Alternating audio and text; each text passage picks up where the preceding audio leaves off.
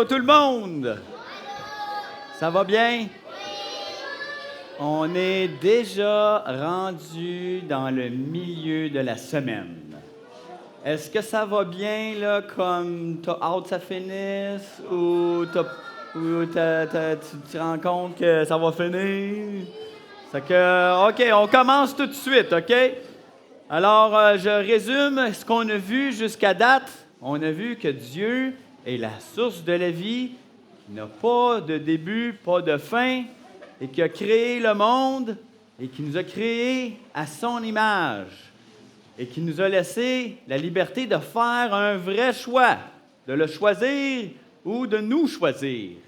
Et puis, c'est pas dans notre c'est pas dans notre nature de faire confiance à Dieu. Alors, on a décidé de faire confiance à notre propre jugement de ce qui est bien et mal. Et puis ça nous conduit à la destruction de ce monde. Et vous et moi, on contribue à faire du monde une place qui va à la perdition. Et puis Dieu nous interdit, dans son amour, dans sa justice, il nous interdit de vivre comme ça pour toujours. Il nous interdit sa présence, il nous interdit la vie éternelle. Et là, tu remarques que j'ai rajouté des têtes de zombies à l'homme et la femme qui ont été chassés de la présence de Dieu. Et là, un coup chassé, les gens, ils ont ça dans leur nature parce que Dieu l'a planté là. On a le désir de rechercher le bonheur. On a le désir de vraiment vivre. Et puis ce désir-là, de trouver un sens à notre vie, il passe par des idoles. Dès que l'homme et la femme ont été chassés, la civilisation a commencé à adorer la créature plutôt que le Créateur. Et là, ce qui est drôle, ou plutôt malheureux, c'est que les gens, à l'époque, là, dans l'ancien temps, ils prenaient des arbres, mais qui n'étaient pas vivants, pour représenter leur Dieu. Ils prenaient des choses inertes. Ils sculptaient avec leur talent artistique pour sculpter une idole et demander à l'idole de leur donner le bonheur. Et là, exemple, ils font des récoltes, et là, eux, ils croient que le Dieu soleil ne prend pas soin d'eux, parce que là, ça fait sécher la sécheresse, puis là, ils tombent dans une famine. Au lieu d'aller à la source de la vie, ils s'en vont à une idole inerte. Ils prient à un morceau de bois mort. « Hey, monsieur, morceau de bois mort, peux-tu dire à monsieur Soleil de prendre soin de nous parce que là, ça va pas bien. Je cherche le bonheur, je cherche d'essayer de vivre ici, mais là, je suis en train de mourir. » Alors, la Bible parle de ça et il dit que vous adorez la créature plutôt que le Créateur.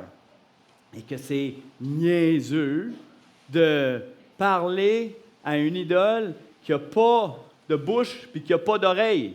Tournez-vous vers Dieu qui vous entend et qui peut vous parler.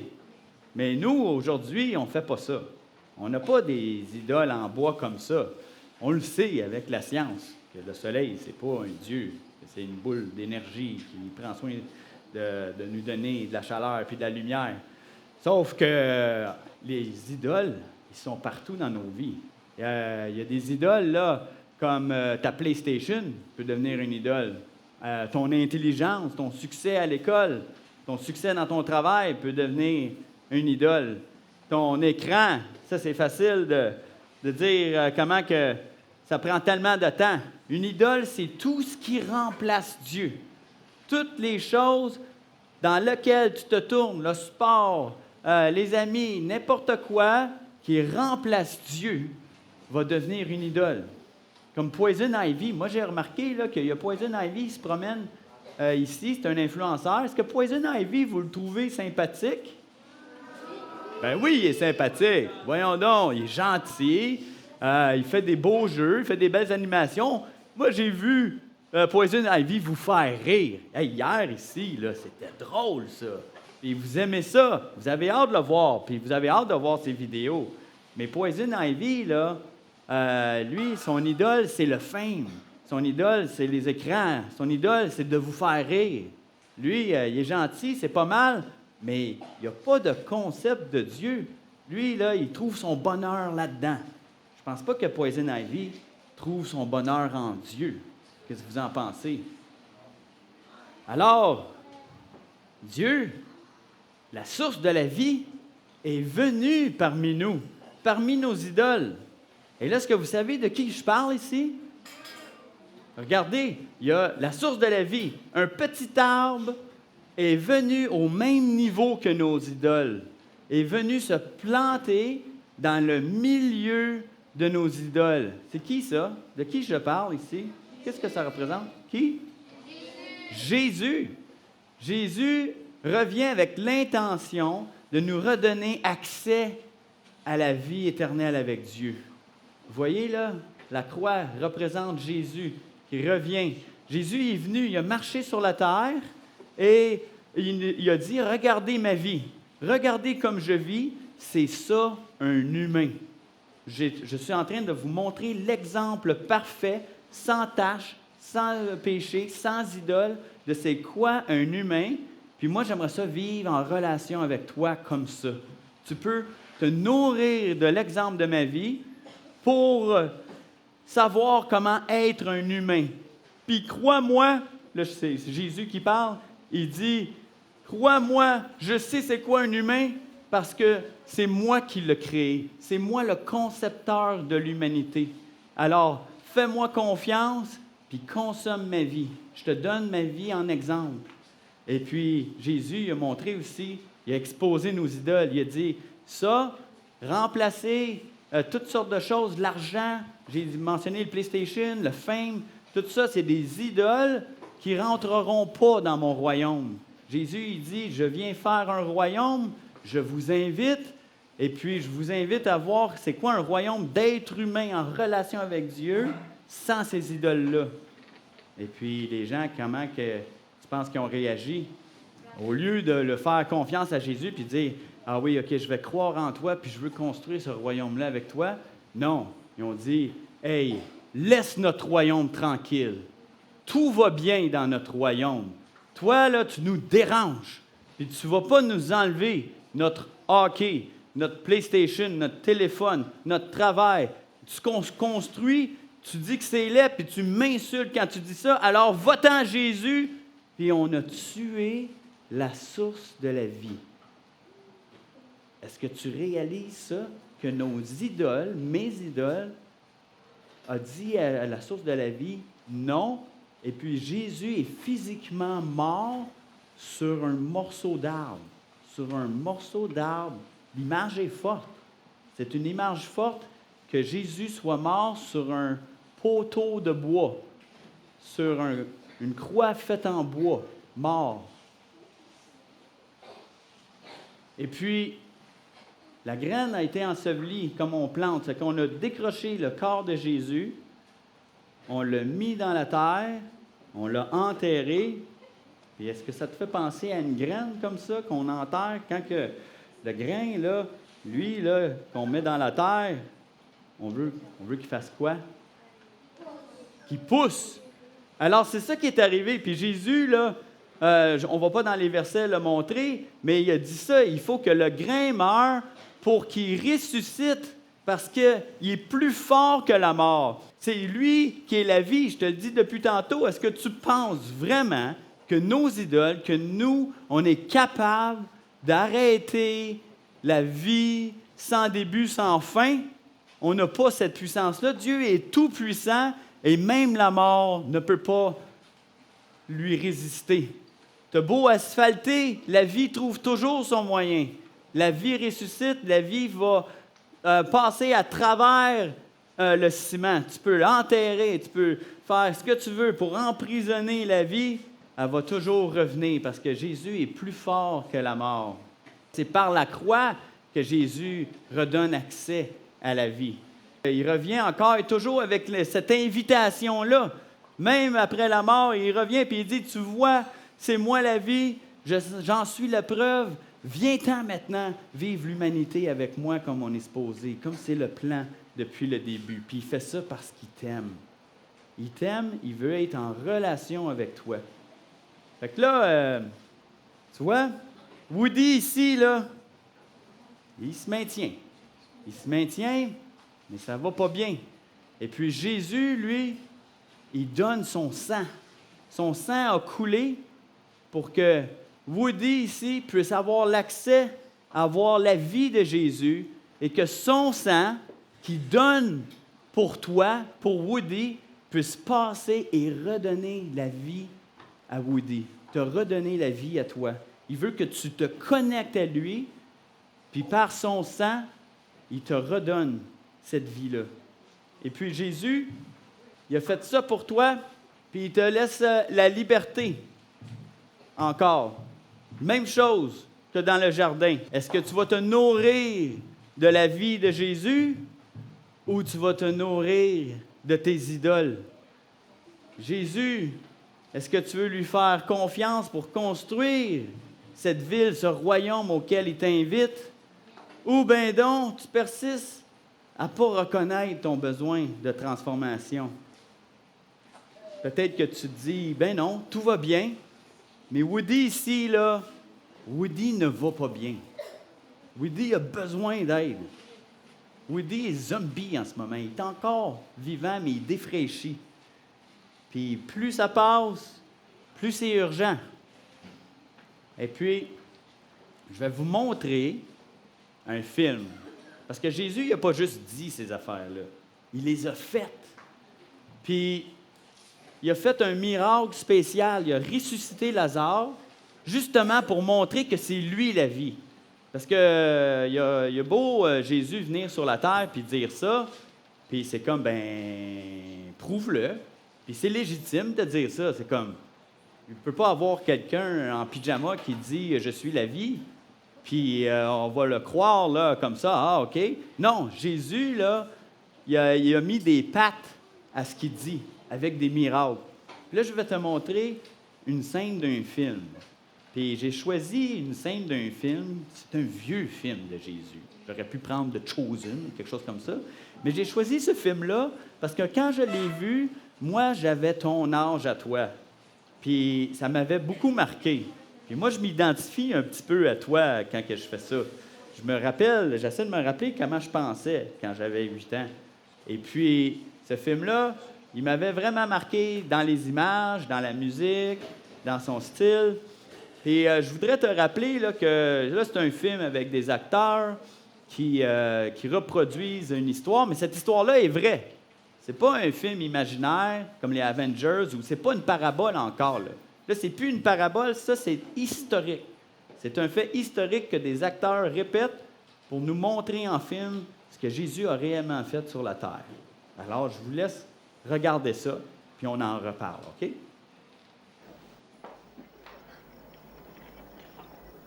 Ôtez la pierre de l'entrée. Mais il est mort depuis 4 jours, maître. Son corps doit se décomposer déjà. Ôtez cette pierre. Venez m'aider.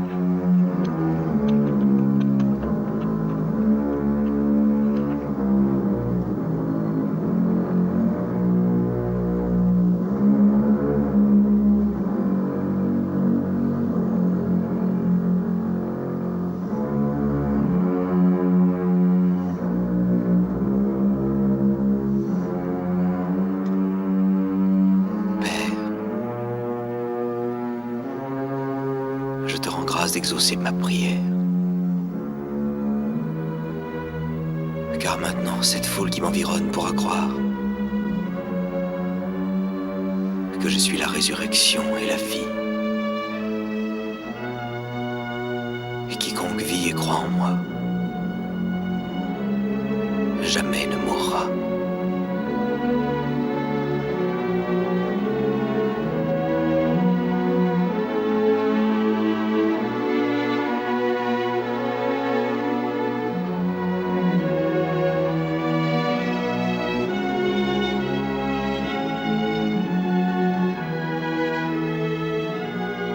Je suis descendu dans les régions inférieures mais tu m'as ramené à la vie.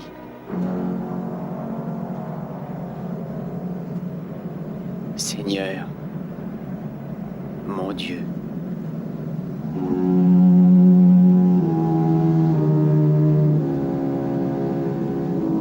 Lazare! Lève-toi!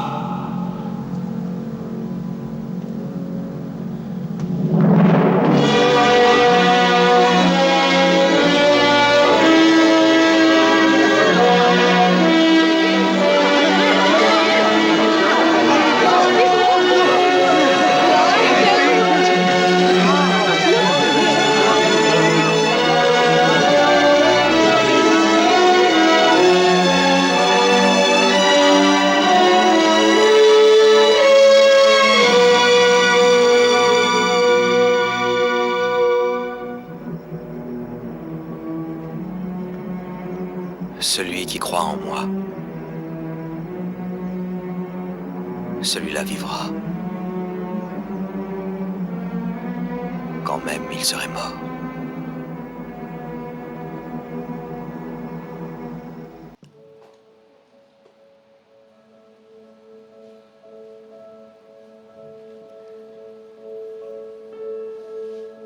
On va juste chanter un petit chant. Si vous ne le connaissez pas, vous pouvez juste écouter. Et après, Eric va continuer.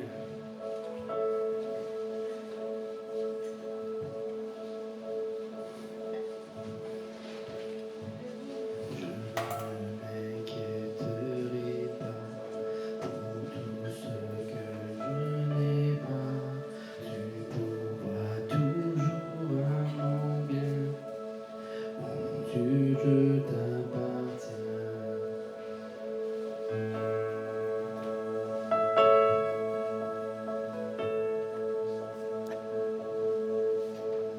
Tu es le Dieu qui pourra. En toi je place ma foi. Oh Jésus, tu es mon seul bien. Je n'ai pas peur pour demain.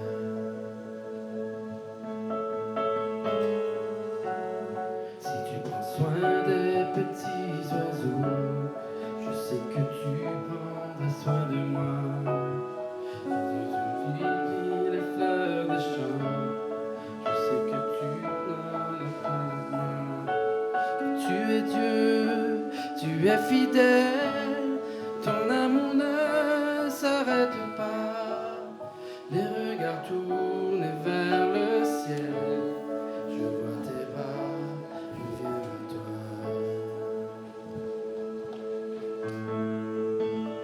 Fait que tu as vu dans le film, Jésus a dit, « Je suis la résurrection et la vie.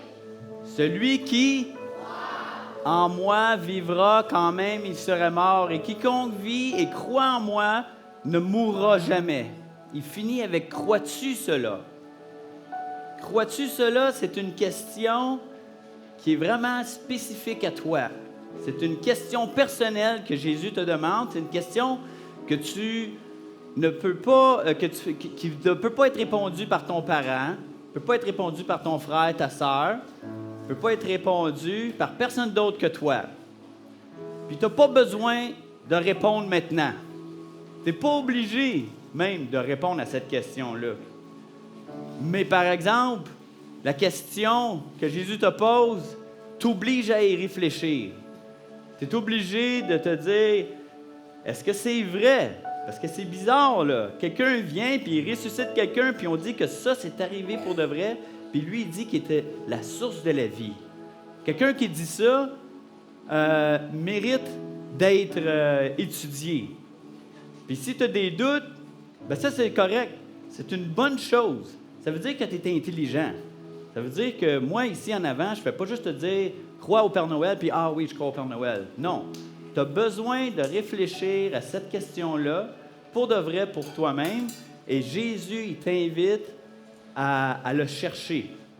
Puis il dit que tu vas le trouver si tu le cherches.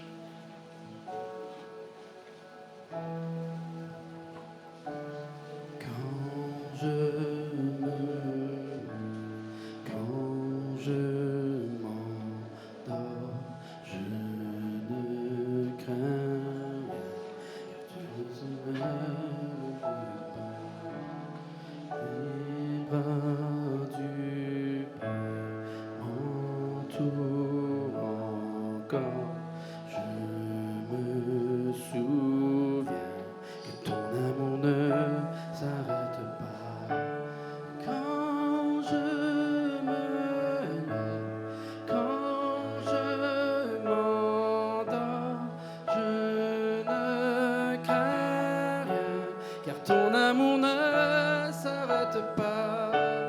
Les bras du Père m'entourent encore. Je ne souviens, car ton amour ne s'arrête pas. Vois-tu, cette semaine, il y a plein de monde qui t'aiment, puis qui ont préparé ça pour toi. Ils ont préparé le camp des boulots, ils ont préparé plein d'activités. Puis moi, j'ai 4 enfants, puis je suis comme un père enthousiaste qui prépare plein de choses pour mes enfants. Puis des fois, j'ai hâte de leur présenter, puis je me dis, ah, elle, je la connais bien, elle va aimer ça, lui, il connaît ça, il va aimer ça. Puis là, je prépare plein de choses, puis j'espère qu'ils vont faire, oui, on va faire ça, ça va être le fun. Mais des fois, la réception, c'est, non, ça me tente pas, ça me tente pas. Je suis dans mon sofa, je scroll mon affaire, puis je fais, ben viens, come on, ça va être le fun. Ah ouais, là, prends ton gant de baseball ou whatever, viens dans l'auto, viens-t'en, on va aller faire ça. C'est comme, non, j'ai des choses à faire, des choses à penser, ou ça me tente pas, juste comme ça. Et puis là, j'ai pris une image qu'on connaît bien, tout le monde, l'image du fameux téléphone qui gobe notre temps. Puis des fois, ben, t'es là-dedans, puis t'as de la misère pour de vrai à t'en sortir. T'es comme pogné, ça te tente un peu d'y aller, mais tu y vas pas. Puis t'es tanné de ton idole, mais t'es comme pogné là-dedans, c'est plus fort que toi. Il y a un petit son qui fait ting qui te ramène à ça. Toujours, toujours, toujours. Puis là, pour ça, tu te trouves à être fatigué, tu te couches tard la nuit, là, tu manques des responsabilités, puis tu es tanné de ça. Mais c'est la même chose avec Jésus. Jésus, là, c'est comme un bon parent qui sait c'est quoi le mieux pour toi. Même si toi, tu le vois pas, lui, il a préparé des choses. Il dit qu'il a préparé une place pour toi dans son royaume avec ton nom dessus. Puis que lui, il t'invite à ça. Puis ça le rendrait triste que tu le choisisses pas, mais il veut que tu choisisses. Il veut te laisser libre de ton choix.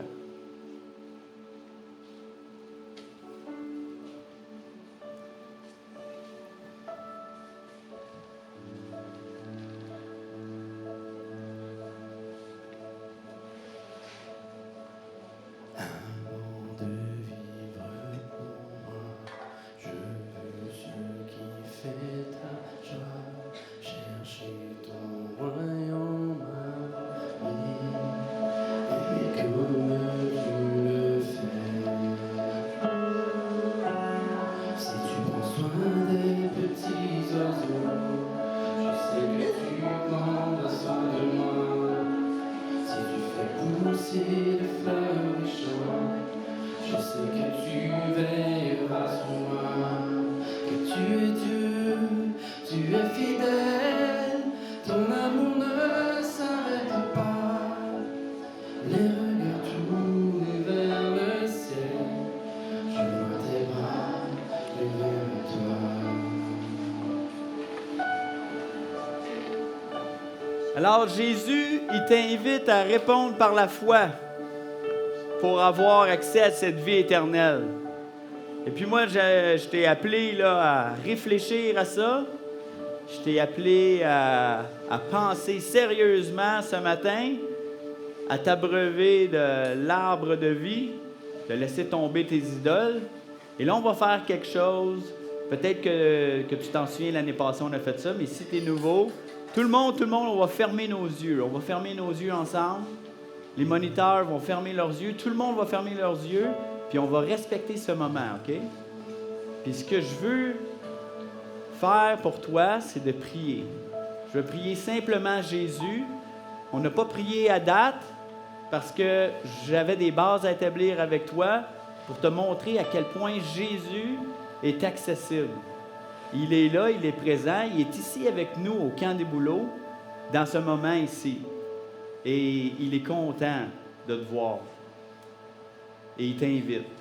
Et moi, je voudrais que les moniteurs ouvrent leurs yeux maintenant et que si toi, tu es intéressé, tout le monde, là, on garde nos yeux fermés, mais si toi, tu es intéressé à en savoir plus sur Jésus, à avoir une conversation avec ton moniteur pour approfondir un peu ce que je dis ici sur le stage, mais l'avoir d'une façon encore plus personnelle, plus appropriée pour ta vie, ta situation en ce moment, mais tu peux faire confiance en ton moniteur et tu peux ouvrir les yeux maintenant, regarder ton moniteur et dire « Oui, j'aimerais ça, peut-être dans la journée aujourd'hui, peut-être dans le temps de cabine, dans un lieu où est-ce que je me sens safe, dans un safe place, parler de ça, parce que je vois mon besoin, comme Woody.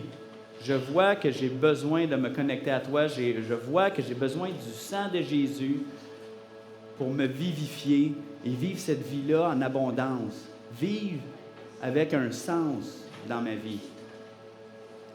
Alors, si ce n'est pas déjà fait, si vous n'êtes pas déjà regardé, les enfants intéressés à en avoir plus, regarde ton moniteur et je vais prier pour toi. Alors, merci Jésus pour le Camp des Bouleaux. Merci pour ton accès. Merci pour ton amour. Merci parce que tu donnes un sens à notre vie. Merci Seigneur parce que ton sang a coulé pour me donner la vie à moi et que je peux avoir cet accès-là. Je te remercie Seigneur pour les enfants qui veulent en savoir plus. Tu es venu ici avec l'intention de te recruter un royaume, des sujets pour faire un royaume merveilleux, Seigneur, un royaume tel que tu le voulais dès le commencement. Amen. Bonne journée tout le monde.